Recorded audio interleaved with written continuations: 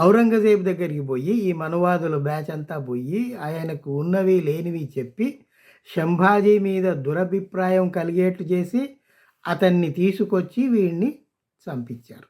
ఎవరు? శంభాజీని ఔరంగజేబుకు చెప్పి ఔరంగజేబును యుద్ధానికి పిలిచి అందులో శంభాజీని చంపించి ఎంత కిరాతకంగా చంపారు అంటే ఈ మొండెంతో తల పూర్తిగా వేరయ్యేట్టుగా నరికి చంపించారు.